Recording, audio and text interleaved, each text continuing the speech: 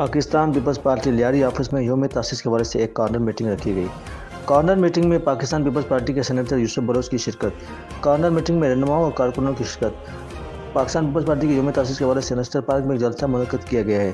کارکنوں سے خطاب کرتے ہوئے سینیٹر یوسف بلوچ نے کہا کہ تمام کارکن یوم تاسیس میں بھرپور شرکت کریں۔ پاکستان پیپلز پارٹی شہیدوں کی جماعت ہے۔ انہوں نے مزید کہا کہ 2023 کے الیکشن میں لیاری سے چیئرمین بلاول بھٹو زرداری کو بھاری اکثریت سے کامیاب بنائیں گے۔ لیاری پاکستان پیپلز پارٹی کا گھر تھا، گھر ہے اور ہمیشہ گھر رہے گا۔